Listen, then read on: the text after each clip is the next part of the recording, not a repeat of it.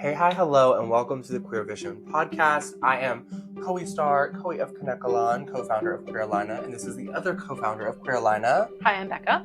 And we are the Queer Vision Pod. Today we sat down with NelRae Tuller. She is a trans woman. She is a college professor. She's a zine writer. She studies horror and literary. We don't study language. English. We don't English. She's smart. Oh my Anyway, God. we really enjoyed sitting down with her, so we hope you enjoy this. Well, I'm so glad you could be here. Usually we just kind of like have a little conversation, just talk, see what happens. And so just to start out, we'll just go ahead and introduce ourselves just so the listeners have like an idea of whose voice is whose. So I am Koee Star, co-founder of Queerlina. This is... Hi, I'm Becca, and we're here with NelRae, but I go by Nel. Awesome. Period.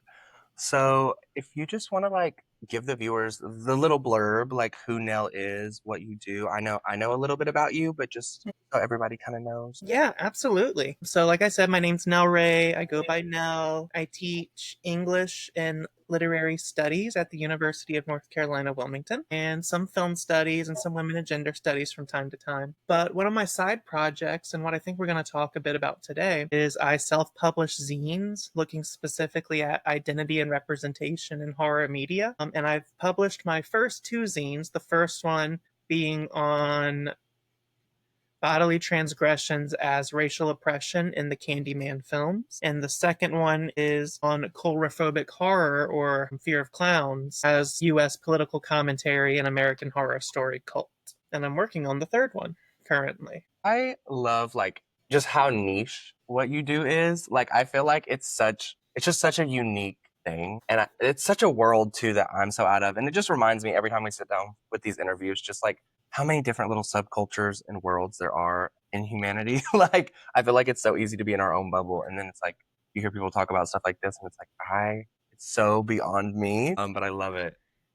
I'm going to be honest, I only understood like half the words that you said because I am not a horror buff. I don't know. And also, I didn't even know there was a word for fear of clowns. So, oops. But can you tell us a little bit more about that in a way that people who haven't studied it could follow with you? Absolutely.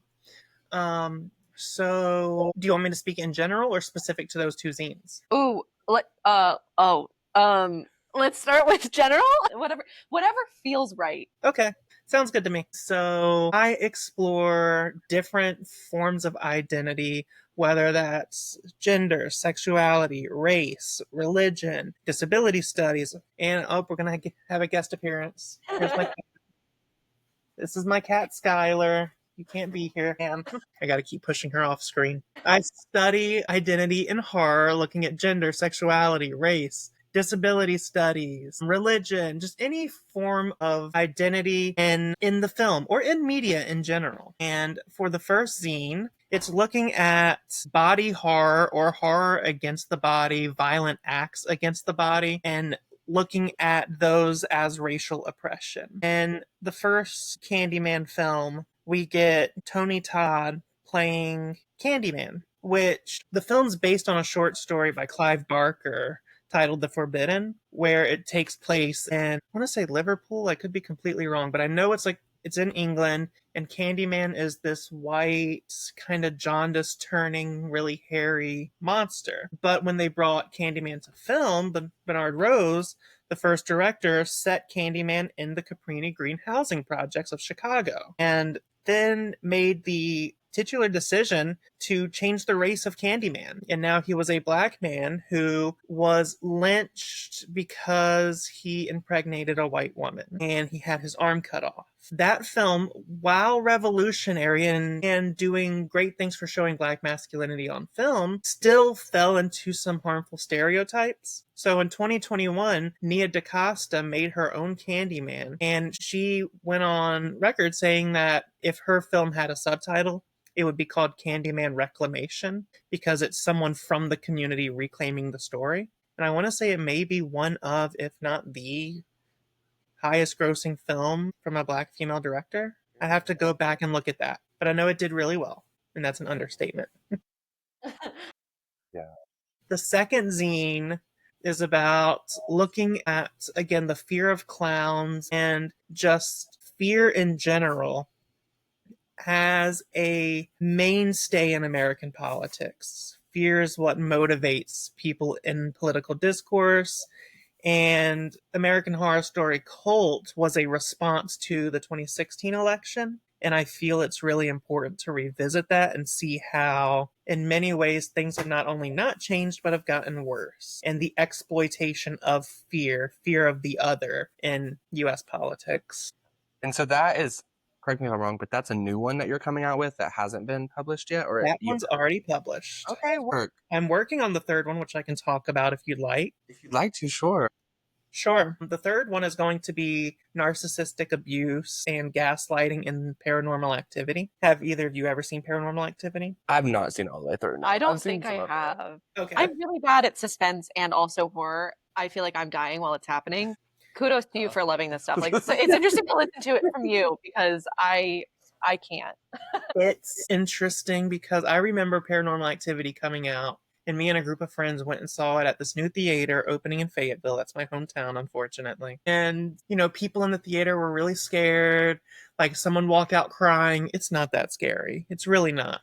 But it's a found footage film, which means that the camera itself is kind of a character. You're watching the characters in the film record things, so you can only see what the camera sees. Like Blair Witch, if you've ever seen or know of the Blair Witch Project. Paranormal Activity really revitalized that, and I want to say right 2010s, could be like 08, 09. I'd have to go back and look. But I remember when we watched it, it was just like, oh, okay, yeah, that movie was okay, that's cool. But now I teach a class on this stuff, identity and representation in horror. When we go back and watch it now, everyone is like, oh my God, Mika, the boyfriend, is just a terrible human being.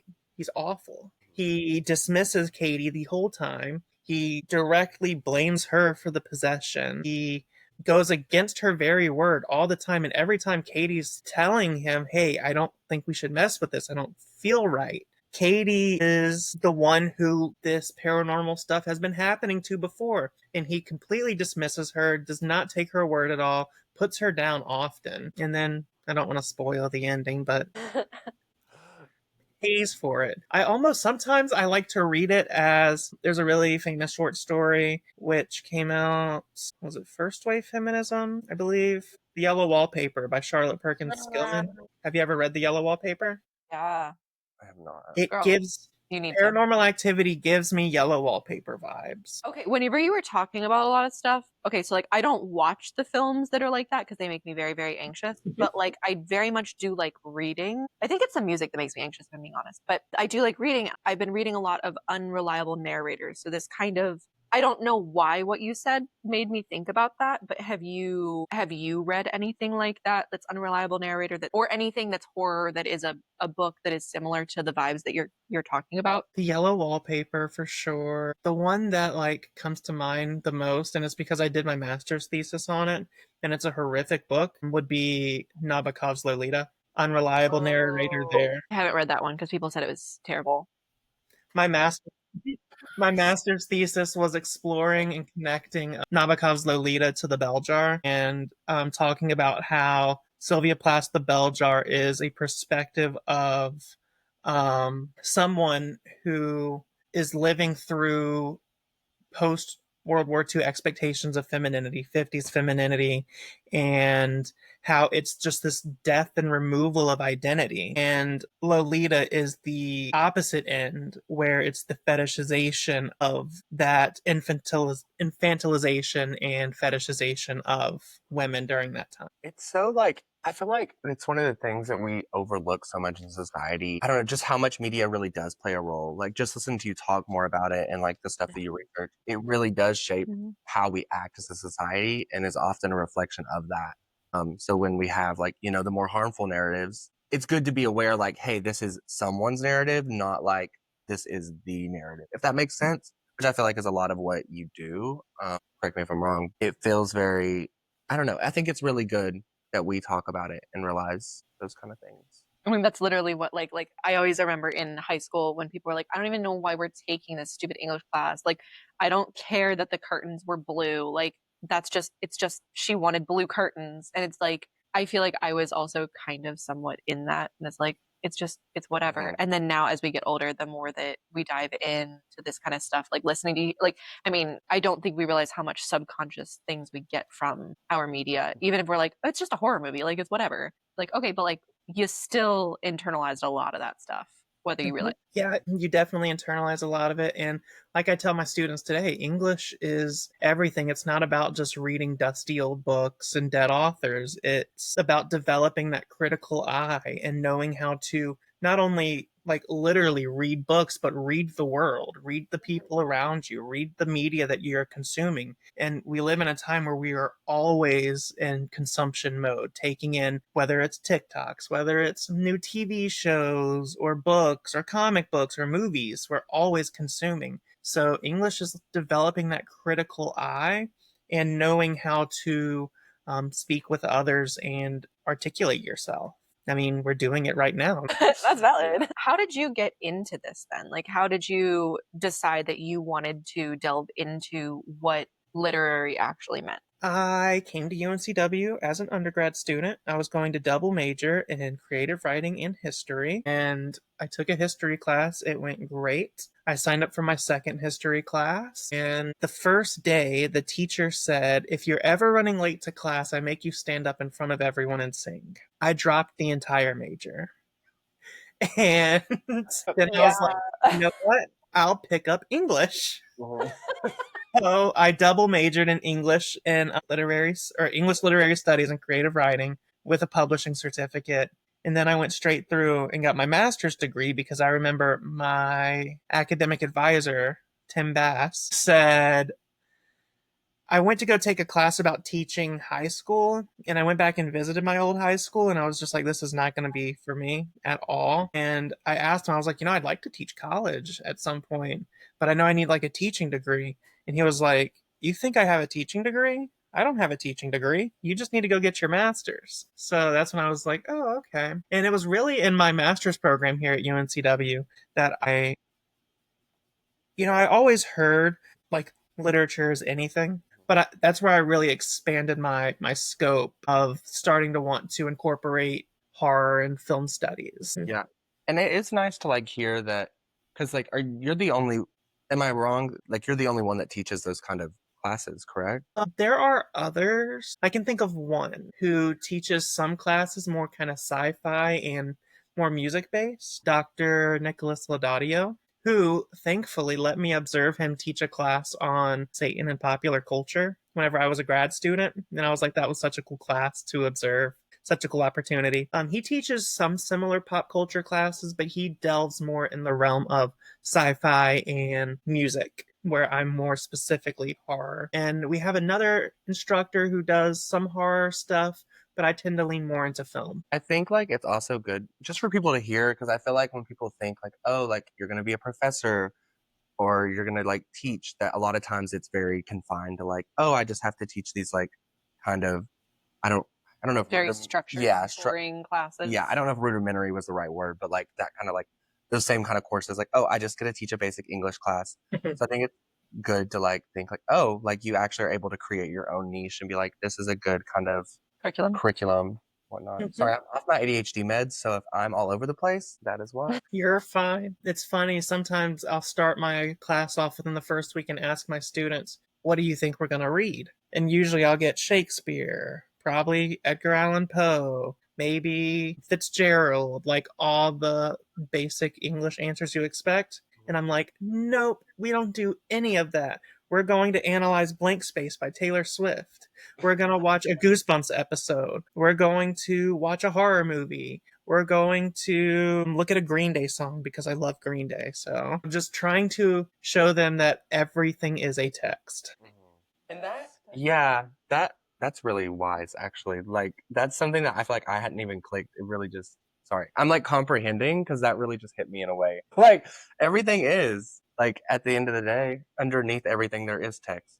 Do you look into like the mythology, like oh God, what is the I'm thinking of like the creepy ones, like not like Greek and Roman mythology. The oh my God, what is his name? The guy from West Virginia, the like Mothman?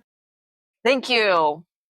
Like those, like the like it's mythology that is There's another word for that. Isn't yeah, Mothman like a non-binary icon? I don't know. I live. Or a I queer didn't icon know. Mothman for sure. I know this. The I queer don't community has know. adopted Mothman. I Yes. I have feel seen like I've that, seen that a little bit. but I didn't realize that I think cryptoids, I think is what you're saying. Cryptids. Cryptids, that's what I meant. Shut up. But yeah, do you study that stuff in your classes as well? So for my English 101 class, which is like Intro to Composition, to introduce research, I do a project where my students have to pick an urban legend from another country.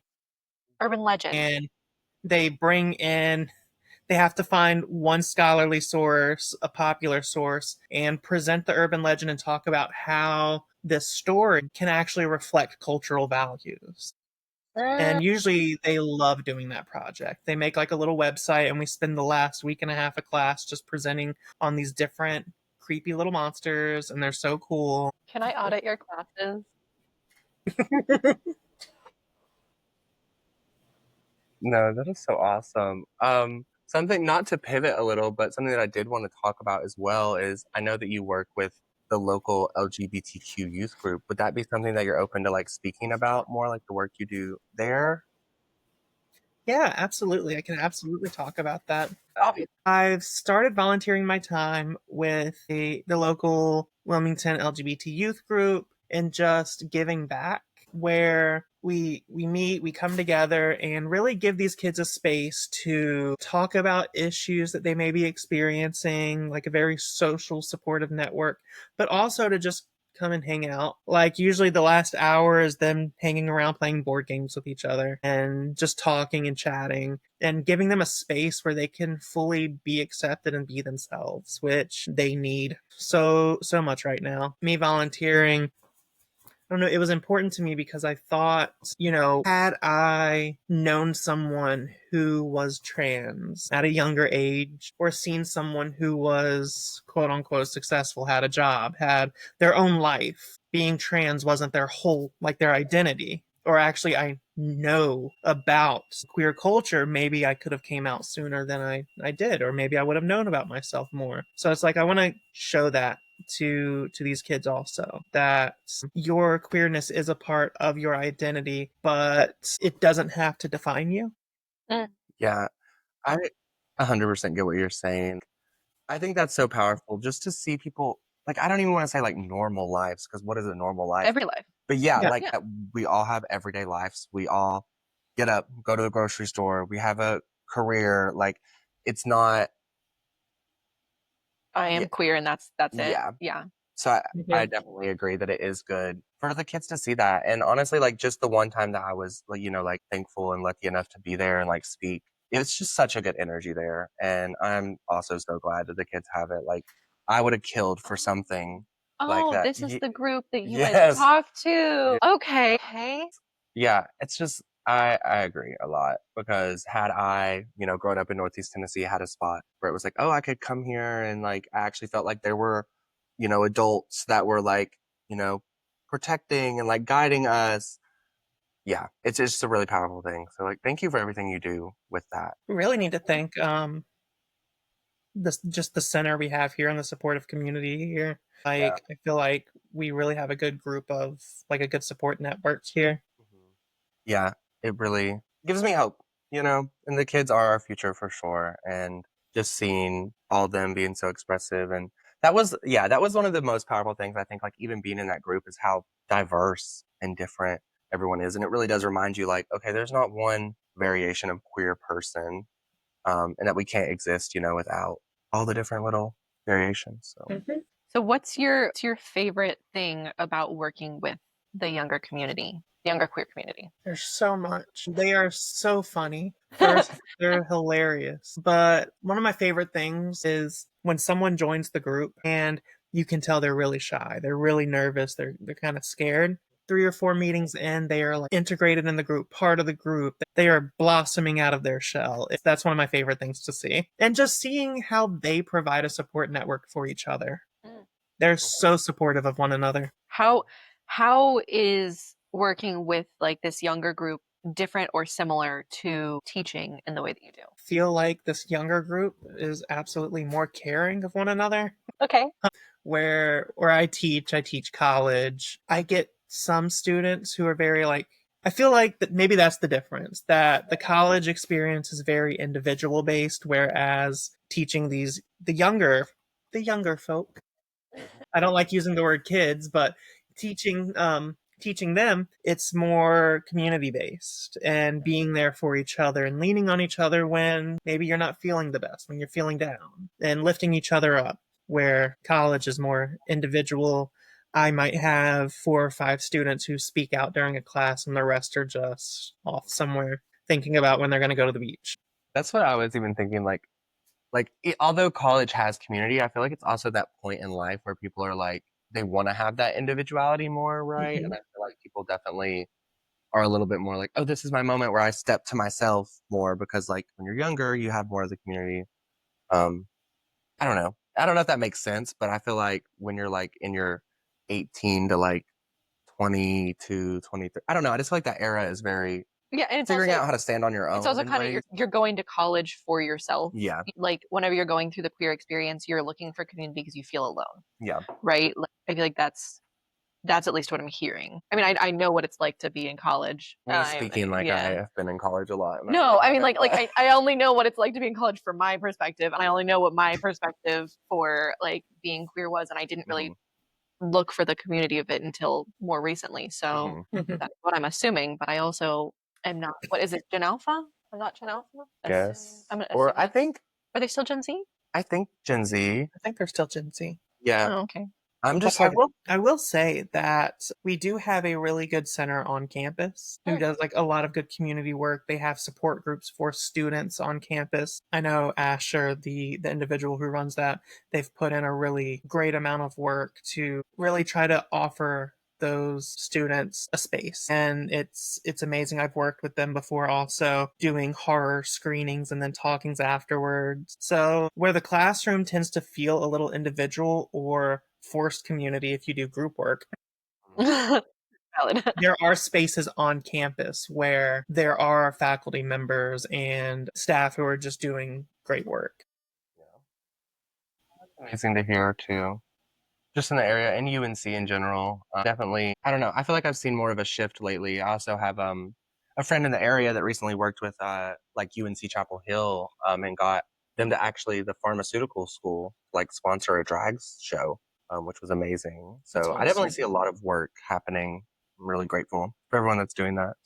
Definitely. And then in addition to the LGBT Resource Center, we also have the Gender Study Research Center on campus also. So there's a lot of these kind of areas and these different communities that we can go to and are just really supportive and provide that space for the students. And if you don't mind me asking, this is also like pivoting a little, but so you transitioned like during being a professor, or was it pre being a professor? No, it was during being a professor. How was that experience for you, if you don't mind me asking? That was interesting. I believe it. Okay. I do not recommend anyone do what I did. I remember all right, so here's my story. Okay. Yes.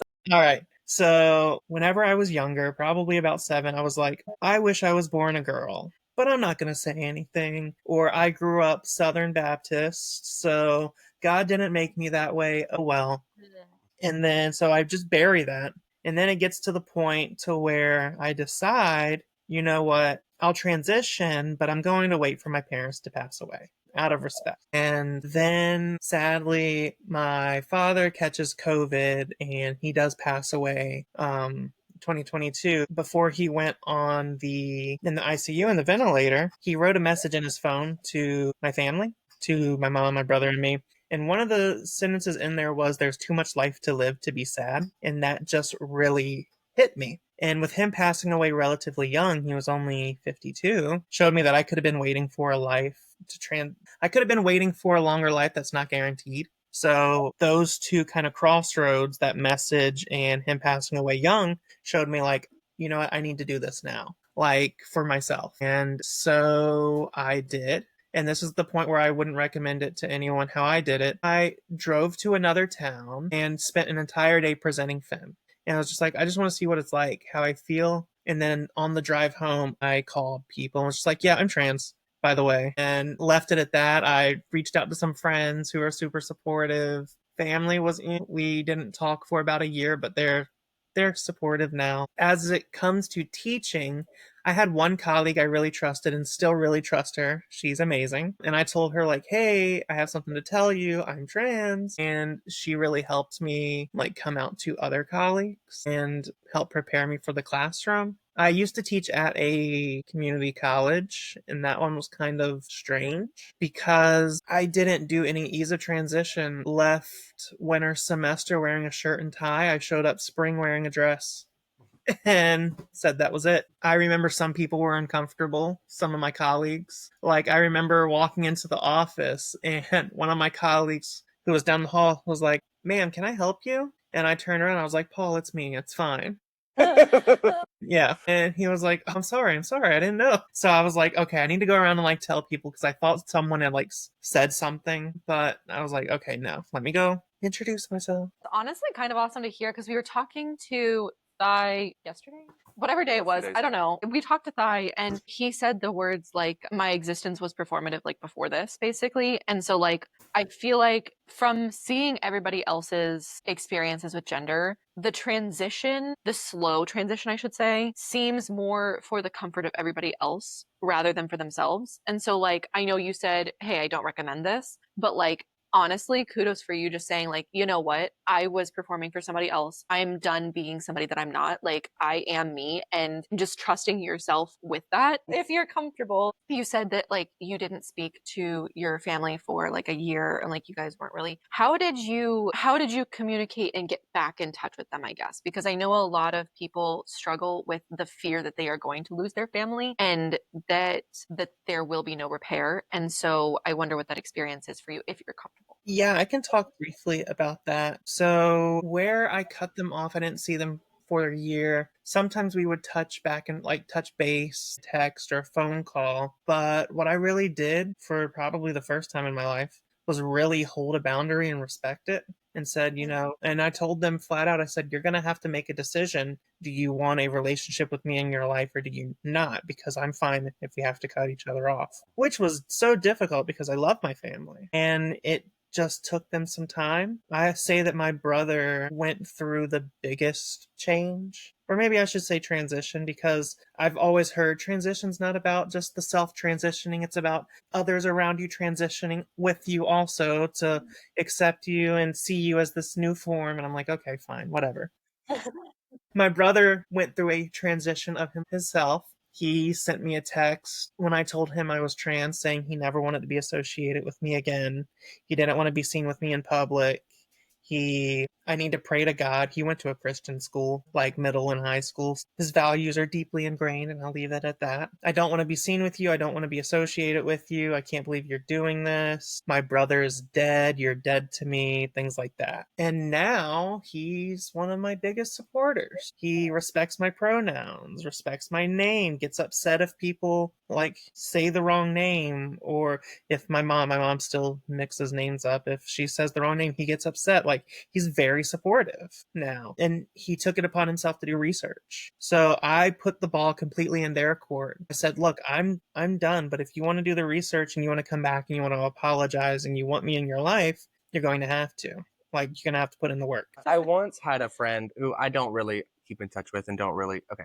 What I'm trying to say is this friend, I wouldn't take a lot of her life advice, but she did say one very wise thing. And it was once that you have to like train your family and your parents on like how to treat you. I don't know if train's the right word, but you have to teach people how to treat you, and especially the people close to you sometimes. And I think that's what it really sounds like, you did. And I've definitely been there before, even with my own relationships with my family for other reasons, thankfully, but still, issues nonetheless. And sometimes it really does take like, hey, this is my boundary. And as hard as that really is, being the person to set that, like, like if you don't want to learn, if you don't want to respect me, then I have to step back and protect myself. And I think when people really do love and care for you, eventually they're Mhm. like, okay, maybe I should look at something. And it's hard, and everybody's path is different, and sometimes it takes people longer than others. Absolutely. And that was even more difficult for me being that my dad had just passed away. So I lost that connection. And now I'm being faced with cutting off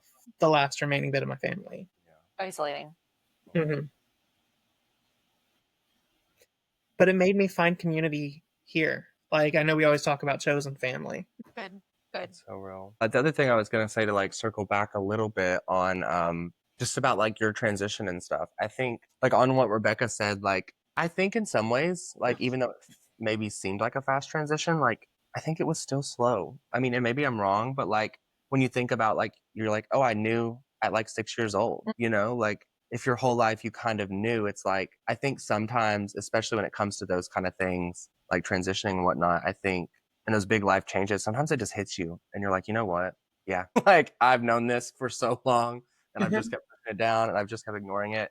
And then you just flip the switch. And I think there's something really powerful in that also. And like, having, like you said, you had like the semester off of school. So like having that time to be like, okay, I, have a little bit less maybe perception from everybody on me and to be able to like find that, which I don't know if that was really your experience. But just from what you said, it seemed like. Returning to school was difficult at the community college I worked at. I don't want to say names, but because there was this big, basically it felt like the administration was being pretty transphobic and targeting me and some of my students. So we had to kind of push back against that.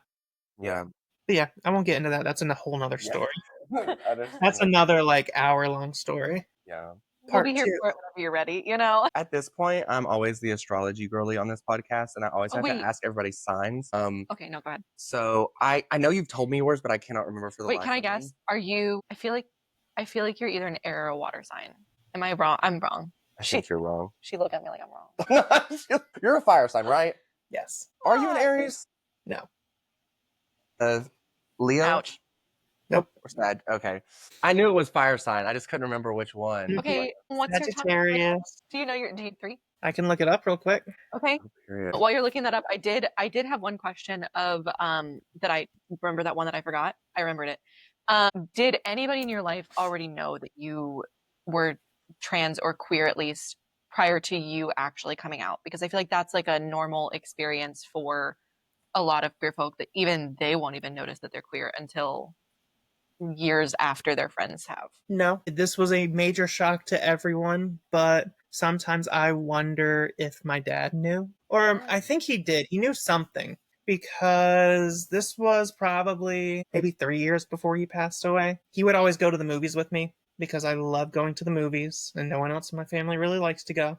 So me and him would always go, and it would be a joke that I would drag him to like the worst movies or movies that he wouldn't like. A funny story is I drug him to La La Land and didn't tell him it was a musical. That was a good And movie, though. not if you asked him, he would say no, it wasn't. The first music number, Another Day in the Sun, hits, and he just looks at me with like this deadpan face, and I'm just like smiling at him, like it's gonna be great. But on the way to the movies one time, he asked me, he was like, "I just have a question to ask you," and I was like, "All right." Yeah, sure. And he said, "Are you gay by chance?" And I said, "No." He said, "Well, if you were, me and your mom would accept you. We love you either way. You're still our child. You can talk to us about anything." And I told him, "Well, it's not that." And that's just what I left it at. I said, "It's not that." And he was like, "All right, well, if you ever need to talk, just know I'm always here, and we love you either way." And that was it. That was the closest anyone ever like really guessed or asked. Sounds like were you like, would you say you were fairly close to your father? I was, yeah, absolutely. It does definitely, especially like with the message too. Like that is so powerful. I got chills like when you were telling that story because yeah, to even be like, life's too short. Mm-hmm. I don't know. Yo, Life's but too short to be sad. it really is.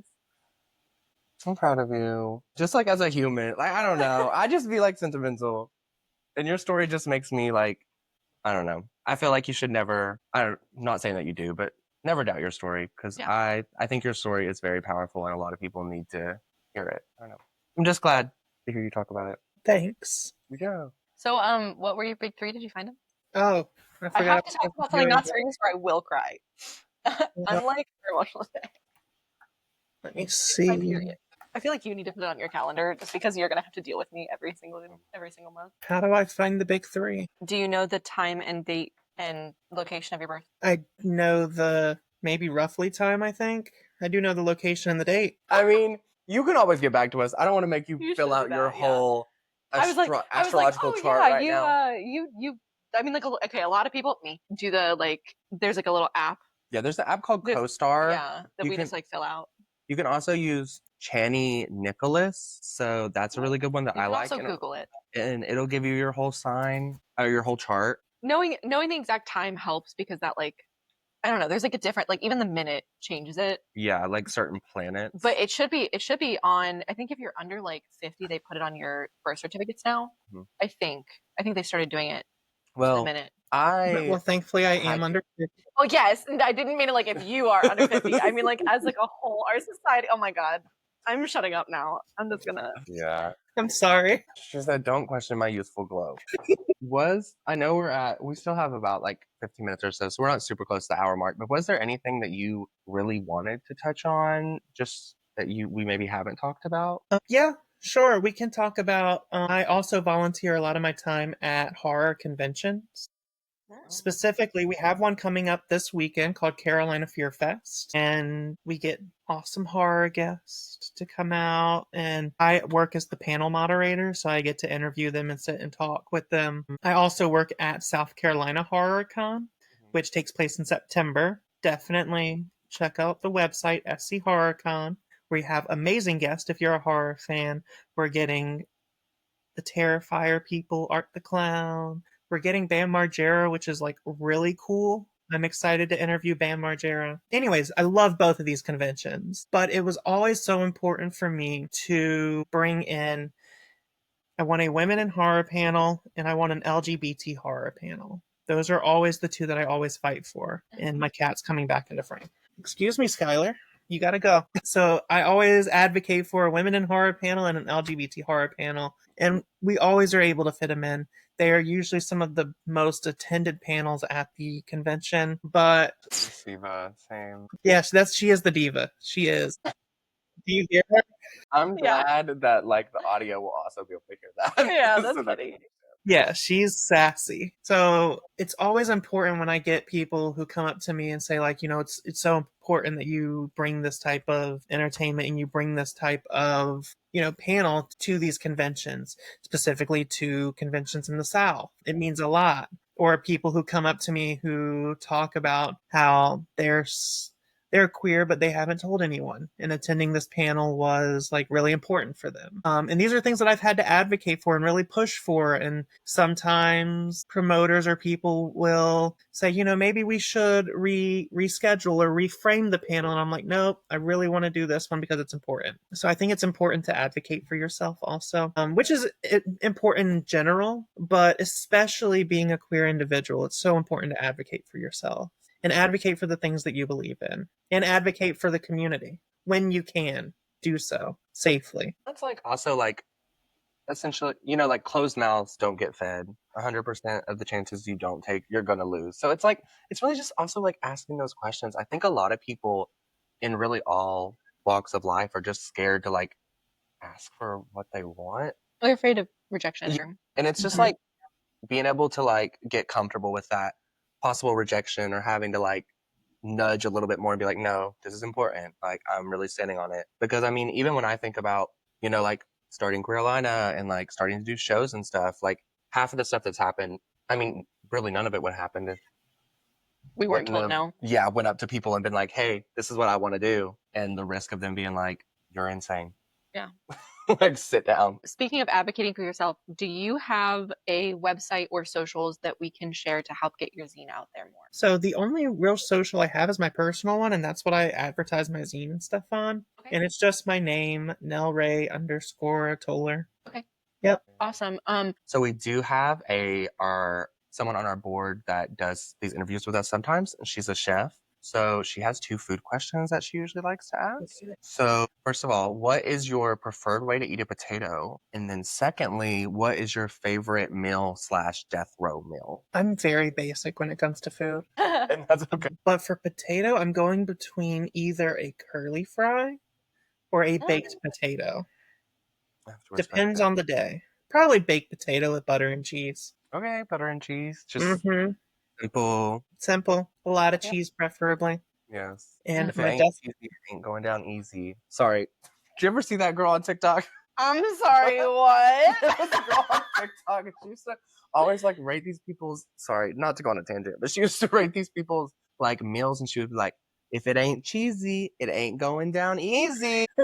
Real duo. That sounds like whenever they used to say the 5-minute crafts are definitely just like it's like a sexual thing. It's not actually about the craft. Mhm. This is the same thing. She was really rating the food, but she wasn't really rating the food. Oh my god. I don't know about that. Anyway, what's your death row meal? I know for a fact I would have to choose a cheeseburger because it's my favorite food. What You know, on the cheeseburger though? Only mustard, ketchup, and mayonnaise and cheese. Okay. And wait a minute, this is the most important. How do you like your burger cooked? Medium well. You No. lost me. How do you You like to cook? medium rare. God. That's Okay. crazy. No, it has to be nice and juicy. I feel like I could do medium well. That's blood. That's not juice. Hey, blood is juicy. Okay, vampire. Yeah, that's crazy. I am like burn that bitch to a crisp. Well, not burn it, but like I want it to be well done. If there's pink in it, I'm gonna be like, "Ugh." How do you feel about smash burgers?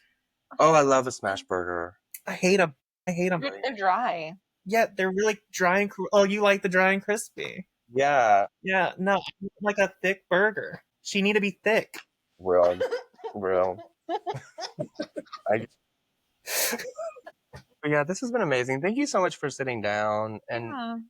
thank you for everything that you do. And I don't know, just being a huge supporter of us since the beginning. Like, Yeah. it means a lot. It's nice to actually get down and sit with you. Get down and sit with you? No, get to sit down with you. There we go. And get to know you. Yeah, this was so fun. Thank y'all for creating this space and, you know, giving queer voices in the Carolinas a chance to speak. And again, just creating this space for us. Thank You you. know, that means a lot. It really does. Yeah, that's something we've even been like, it's so easy, I feel like, when you're doing stuff like this to be like, what's the It's point? whatever. Yeah. But like, It's ourselves almost. yeah, but yeah, this is important. And I don't know. Mhm. I love getting to know more about people. Yeah, And there's That's my favorite such part.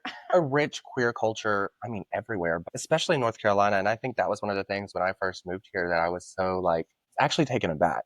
Because I came from a very small area in Northeast Tennessee. And when I moved here, I was like, there's not a queer person at every job I'm going to. Now, given I was working at a Spencer's and then a coffee shop. So, but still, I was still like, there's a lot of queer people here. That's whenever that feeling of like, we're doing this for nothing, or oh, this is for nothing, or who's even reading this. That's that imposter syndrome girly coming up. We need to Clockwise. we need to tell her to get out of the way. For real. Yes. I know because I know her very well personally. Me and her are besties from time to time. So y'all are doing great work and really providing an amazing space. Anyway, thank you so much for doing this. We really love sitting down with you. Yeah, absolutely. Thank y'all. Thank you. Thank you so much for watching this episode of the Queer Vision podcast. We are the Queer Vision Pod. You can find us on Spotify, YouTube, wherever you're listening to this right now. Shocker, that's crazy. And you can also find us on Instagram at queerlina.org, at Nasty Queer. We are Nasty Queer. You can find us at the Queer Vision Mag. We got 3 socials. I know, girl, it's crazy. It's kind of a lot, but it's okay. You can also find NelRae at Nel, N-E-L, Ray, R-A-E, _ Toller, T-O-L-E-R, on their socials. You can check out their zines, go support the work they do. It is so niche and so interesting, and I just love a person that knows what they like and just dives all in.